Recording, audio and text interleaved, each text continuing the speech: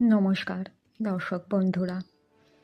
আচ্ছা, আপনারা কি মনে খুব সংশয়ে ভোগেন যে ঈশ্বর আছে কিনা, আদৌ ঈশ্বর আমাদের কোনো সাহায্য করেন কিনা, বা ভগবান মেনে কি লাভ হয়?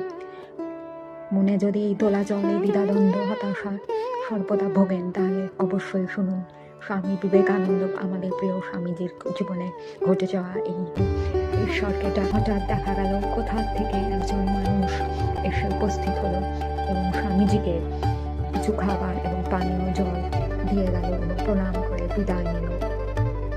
এটি স্বামীজি বিদেশ জীবনে আমেরিকায় সাহায্য করেন তখন তিনি যখন কি করবেন দিশাহারা, এদিকে প্রচন্ড ঠান্ডা, বরফ পড়ছে, তিনি এক মনে ঠাকুর অর্থাৎ রামকৃষ্ণ দেবকে স্মরণ করতে থাকেন।